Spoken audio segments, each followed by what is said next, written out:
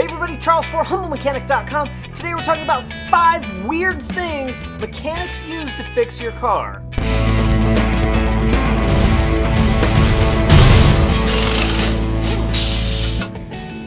So, as many of you know, most technicians or mechanics, whatever you want to call us, have tens of thousands of dollars worth of special tools and snap-on stuff and giant toolboxes and crazy ratchets and wrenches and sockets coming out our ears. And those are the things that we use all the time. But sometimes with a little ingenuity, we can do a whole lot with very simple things. So, first up is simply a piece of cardboard.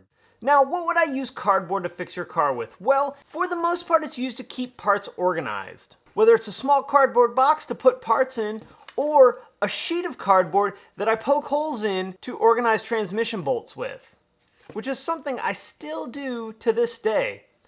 And by this day, I mean yesterday I did it replacing a transmission. I love using cardboard. It's plentiful, I can destroy it, I can write on it, no big deal, and then when I'm done, I toss it in the trash. Heck, even one of the senior repair guys for Volkswagen recommended that we use cardboard to keep bolts organized on EOS tops. So I feel like if it's good enough for somebody way at the top of the repair chain, it's good enough for me too. And I like the look of this one. The next one may not come as a big surprise, but masking tape is something I use almost every day. We can use it to simply keep parts together. That transmission that I just mentioned with the cardboard, I actually taped the axle bolts to the axle in order to make sure that they didn't go rogue and run off somewhere. I also use this to tape windows when I'm doing window regulators to keep them from falling down in the door, as well as to tape body and trim panels to keep from scratching them. Not much is worse than scratching a trim panel or a body panel on a brand new car.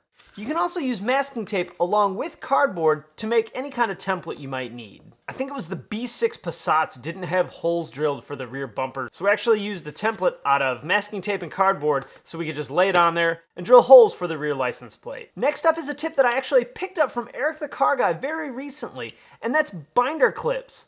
I seen him post a picture of using a binder clip to hold a timing belt onto a timing gear, and I thought, how simple and how brilliant is that? In the past, I had used things like zip ties in order to secure belts to pulleys, but I really like the binder clip solution a lot better. It's got a lot of spring tension, as well as it's reusable, where zip ties you pretty much cut them and throw them away.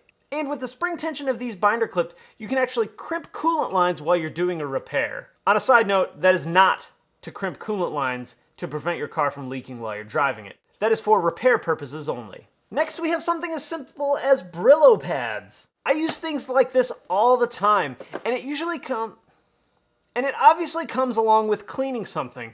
I would say the most common thing I use this for is cleaning mounting surfaces for things like water pumps and throttle bodies. Whenever I do a water pump, I like to take a little bit of this, run it around the inside of the mating surface as well as the face of the surface, and get it nice and clean. Get rid of any rust or any debris, as well as any old gasket or seal material that may be left over. That provides a good clean mating surface for the new water pump seal or water pump gasket. If you're doing a 2-liter TSI water pump, absolutely clean it.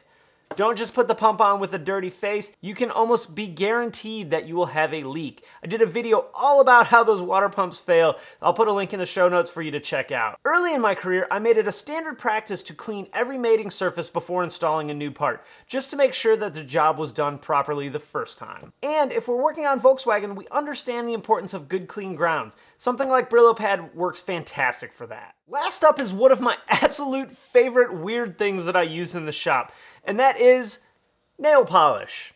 I love the looks that people give me when I open the drawer and pull out the nail polish for something. So a lot of guys will use fancy paint pens or high-end markers to paint and mark things. For me, I like an under $2 bottle of nail polish, especially for painting timing belts. I learned the lesson early on in my career about using things like whiteout because the second you hit it with Bright Clean, it all washes away. Actually, the first ALH timing belt that I did with whiteout, cleaned it off, and sure enough, there go all my marks, and like a dummy, I didn't have it set to top dead center, so that was an adventure of trying to figure out how to set the timing on an ALH when I had been working on Volkswagens for about 2 months and fumbling my way through that. So, after that, I switched to nail polish. That was, 10.5 years ago, and I haven't looked back since.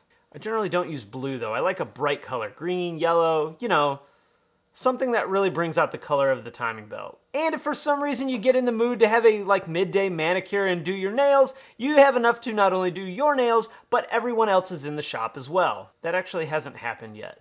But when it does, you better believe I will post a picture of it online for you guys. I, like I said, use it to do timing belts, as you can see here. I put marks in a very specific order. I space them 2 teeth apart. I put 3 on the top cam, 1 on the crankshaft, and then 2 marks on whatever is in the middle. So like in ABA, I'll put 2 marks on the distributor. On the ALH and on the common rail, I'll put 2 on the high pressure fuel pump. I actually haven't done a hybrid timing belt, which is what you're looking at here. So I assumed that I would do 3 marks on the exhaust, 2 marks on the intake, and 1 on the crankshaft. All right, guys, I'm gonna wrap it up there. The question of the day: what odd things have you used to fix your car? And hey, let's try and keep it kind of clean. This is like sort of a family show, not really, but you know, keep it like PG-13, I would say. So if you have any questions or comments, post it in the comments section below. Hey, if you liked the video, throw it a thumbs up on YouTube. I always appreciate that. You can also subscribe on YouTube or on the blog at humblemechanic.com. You can follow me on Facebook, Twitter, Instagram, the blog, and obviously on YouTube. Hey, this show's kind of a spin-off of my 5 favorite tools video that I did a few months ago. So check that out. Here's a link, maybe right here. I'm gonna try and get it right here. So check that out. Thanks for watching, and I will see you next time. Springtime gin and tonic. I have to go give my wife her nail polish back.